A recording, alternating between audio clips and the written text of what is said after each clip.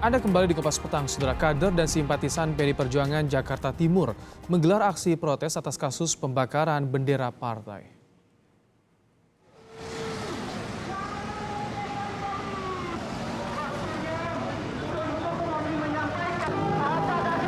Massa melakukan long march sampai di kantor Polres Jakarta Timur. Mereka menuntut polisi menangkap pelaku pembakaran bendera.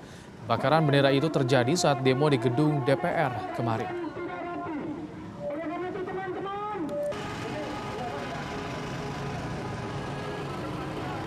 Reaksi dan aksi pada hari ini adalah sebagai tindak lanjut dari kemarin, dan setelah hari ini kita akan melakukan aksi-aksi berikutnya, baik laporan maupun aksi massa berikutnya, sampai memastikan bahwa pelaku pembakaran bendera PDI Perjuangan benar-benar sudah diusut dan ditangkap. Jadi tidak berhenti hanya hari ini saja. Ini adalah spontanitas daripada kader PDI Perjuangan di Jakarta Timur, dan kita mediasi dalam bentuk pas aksi pada hari ini. Demonstrasi menolak RUU HIP atau haluan ideologi Pancasila kembali terjadi setelah Jakarta. Kini unjuk rasa dilakukan di Garut, Jawa Barat. Pendemo menilai RUU HIP membuka celah membangkitkan komunisme. Unjuk rasa berlangsung di depan gedung DPRD Garut. Mereka meminta tidak ada lagi pembahasan RUU HIP dan menolak konsep Trisila dan Ekasila yang menjelaskan ciri Pancasila berdasarkan ketuhanan, nasionalisme, dan gotong royong. Kita menuntut kejelasan kepada DPR RI maupun pemerintah, meminta agar RUU HIP ini untuk segera dicabut atau dihentikan. Partai pengusung maupun pendukung RUU HIP ini supaya diproses hukum. Dan setelah ini kita akan melaporkan kepada aparat penegak hukum, karena mengganti Pancasila itu jelas-jelas merupakan perbuatan makar. Undang-undang itu RUU HIP. Penolakan terhadap pembahasan rancangan undang-undang haluan ideologi Pancasila dilakukan dengan aksi unjuk rasa di depan gedung DPR MPR. Massa menuntut pembahasan RUU HIP dihentikan dan ditarik dari program legislasi nasional 2020. Yang kemarin di Hotel Sofyan dan kami telah sampaikan, kita bacakan dan telah kami sampaikan, ada 8 poin yang kami sampaikan tadi semua. Bisa dijelaskan intinya pokoknya adalah menghentikan pembahasan RUU HIP ini. Itu satu. Bukan hanya sekedar menunda. Dan alhamdulillah pada akhir pembicaraan para wakil DPR menyatakan akan berjanji akan menghentikan pembahasan itu walaupun dengan mekanisme yang ada. Aspirasi massa ditampung oleh DPR. 12 orang perwakilan massa diajak berdiskusi oleh pimpinan DPR. Kepada perwakilan massa, Wakil Ketua DPR Aziz Samsudin berjanji jika pembahasan RUU HIP akan dihentikan dengan mekanisme yang ada di DPR. Mekanisme itu akan kita lalui secara tata tertib dan mekanisme yang ada di undang-undang dalam DPR. Dan mudah-mudahan ini masukan-masukan yang berkaitan pasal-pasal kontroversial tadi disampaikan oleh teman-teman dari Habaib dan Tuan Guru dan tokoh masyarakat berkaitan dengan pasal 5 ayat 1 dan pasal 7 kita akan menjadi suatu catatan yang underline dan berkomitmen, insya Allah ini kita akan stop. Rancangan undang-undang haluan ideologi negara menuai penolakan. Karena salah satu isinya adanya konsep Trisila dan Ekasila dalam salah satu pasal pada RUU haluan ideologi Pancasila. Jonah Hamonangan, Abdul Rajiz, Kompas TV, Jakarta. Kontroversi rancangan undang-undang haluan ideologi Pancasila akan kami bahas bersama Ketua GNPF Ulama Yusuf Martak dan politisi PDI Perjuangan yang juga Ketua Baitul Muslimin Indonesia, Prof. Hamka. Selamat sore, Assalamualaikum Pak Yusuf, Prof. Hamka. Ya, waalaikumsalam warahmatullahi wabarakatuh. Saya akan pertama ke Prof. Hamka. Jadi betul PDI Perjuangan yang mengusulkan RUU HIP ini? Ya, yang diusulkan oleh PDI Perjuangan sebenarnya adalah untuk undang-undang atau rancangan undang-undang pembinaan ideologi Pancasila. Itu usulannya PDI Perjuangan. Ya, itu undang-undangan bersifat rancangan undang-undang yang bersifat teknis. Untuk dimaksudkan sebagai landasan hukum bagi Badan Pembinaan Ideologi Pancasila BPIP. Oke. Jadi sebenarnya itulah yang masuk ke DPR RI. Ya, jadi bukan seperti yang diributkan sekarang, rancangan undang-undang HIP. Jadi memang telah mengalami perubahan di Prolegnas itu. Ya, Prof. Hamka, lalu apa sebenarnya tujuan dari perumusan RUU HIP ini saat ini? Nah, bagaimana?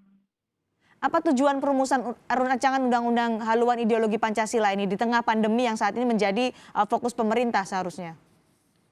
Yang diusulkan, sekali lagi, saya mau katakan bahwa yang diusulkan PDI Perjuangan adalah rancangan undang-undang pembinaan ideologi Pancasila. Oke. Sebagai undang-undang teknis bagi eksistensi Badan Pembinaan Ideologi Pancasila.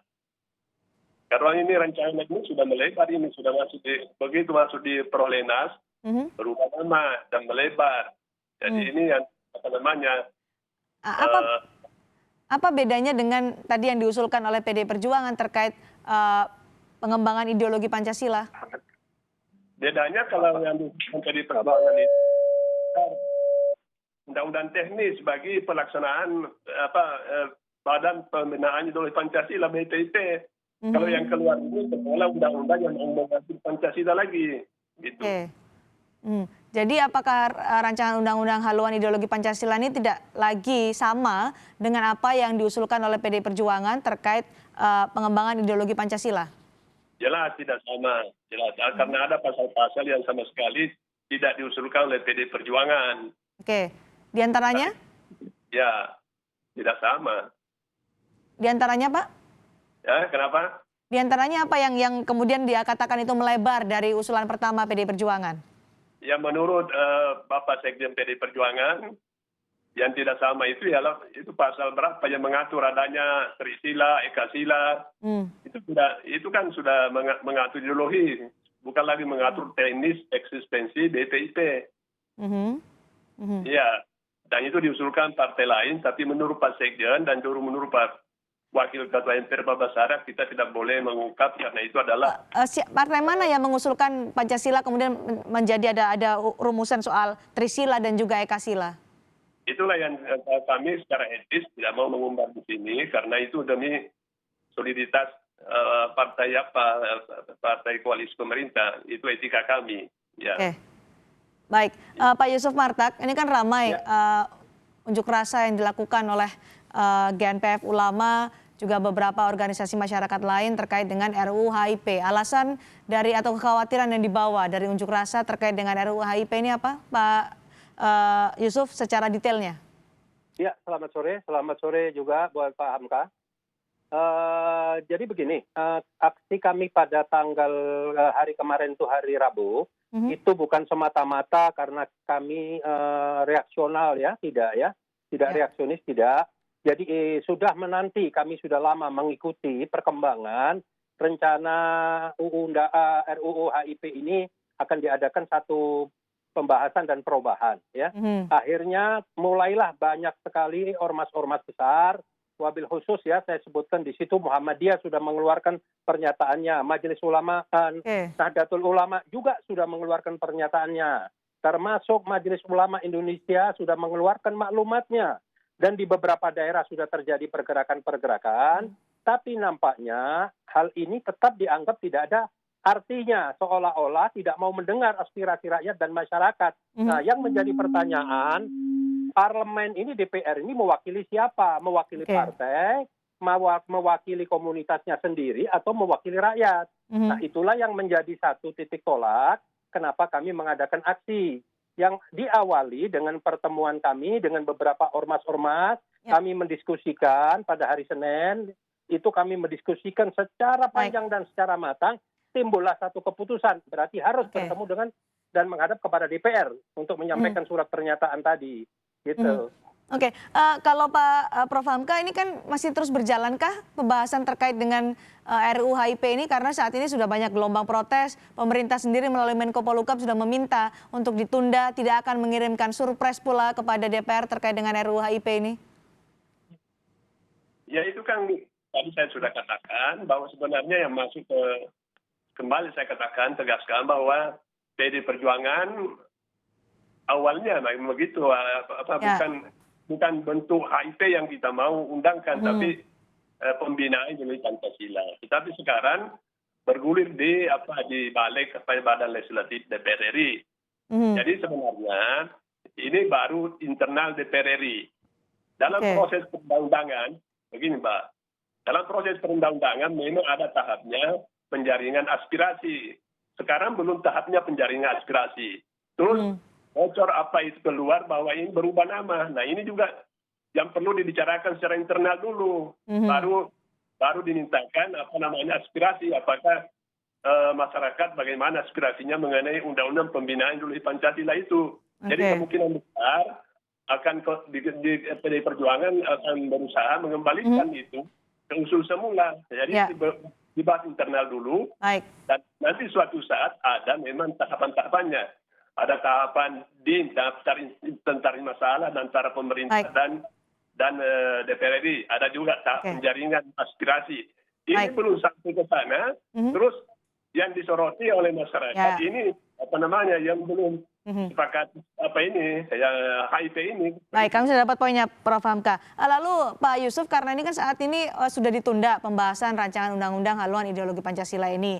Pemerintah juga menyatakan tidak akan mengirimkan surat presiden kepada DPR untuk meneruskan RUU HIP.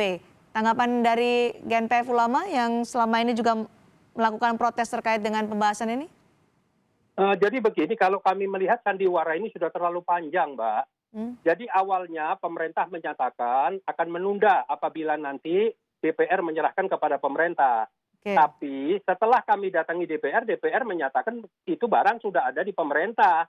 Jadi tinggal bagaimana nanti keputusan pemerintah. Nah kalau ada partai yang masih menyatakan bahwa ini masih di pembahasan dan lain sebagainya, sudah final, sudah ditandatangani, sudah diusulkan kepada pemerintah. Dan kami sudah melihat data-data tanda tangan partai-partai apa saja. Nah, waktu pertemuan kami kemarin di DPR, ditemuin oleh 3 partai, yaitu Partai Golkar, Aji Samsudin, yang kedua adalah Sufmi Dasko dari Gerindra, dan Rahmat Gobel dari Nasdem. Terjadi diskusi perdebatan yang berujung pengakuan bahwa akan menghentikan ini semua, karena ini memang dinyatakan memang benar tidak layak. Nah, jadi yang disampaikan kepada Anda pada saat pertemuan kemarin di DPR, apakah ditunda atau akan dihentikan pembahasan RUU HIP ini?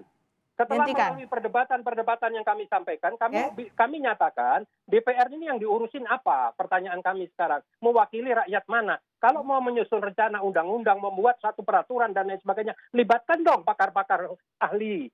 Libatkan dong rakyat, masyarakat, libatkan. Bukan langsung diputuskan sendiri. Bukannya sudah banyak undang-undang yang dikeluarkan di saat pandemi COVID. Masalah minerba, masalah COVID-19. Coba anggaran naik dari 400 sekian, naik jadi 600, naik lagi. Ini model apa? Ini mau dikelola dengan model apa negara? Negara ini bukan milik partai. Negara ini milik rakyat. Bukan milik 1-2 partai. Seolah-olah diklaim ini milik partai sendiri. Baik Pak Yusuf, jadi kemarin dijanjikan bahwa tidak akan dibahas lagi, akan dihentikan. Tidak akan ada pembahasan lanjutan RUU HIP ya? Bahkan di depan delegasi kami, saya selaku ketua delegasi, Aji Samsudin bersumpah demi Allah tidak akan melanjutkan. Dan disampaikan di depan media. Berarti ini kami minta diusut ini sekarang partai-partai ini. Partai-partai ini banyak yang nggak bersih loh, Mbak. Baik, sudah dijanjikan. Korupsinya sudah besar-besaran, ada yang sampai 27 orang. Sesuai KPK Watch. KPK Watch yang tahun 2014 sudah sekian. Kami ini 2 tahun semua, ini nggak perlu ada yang ditutupin. Marilah kita sadar kembali ke jalan yang benar. Karena sesuai dengan peraturan yang ada di pasal 107B, itu tidak boleh. Jadi Anda sudah dijanjikan. Sudah salah, apalagi merubah. Sudah dijanjikan akan dihentikan pembahasan RUU HIP. Nanti akan kami tanyakan bagaimana pendapat dari Prof. Hamka selepas jeda. Juga terus akan membahas tentang dengan kontroversi rancangan undang-undang haluan ideologi Pancasila, termasuk insiden pembakaran bendera PDI Perjuangan.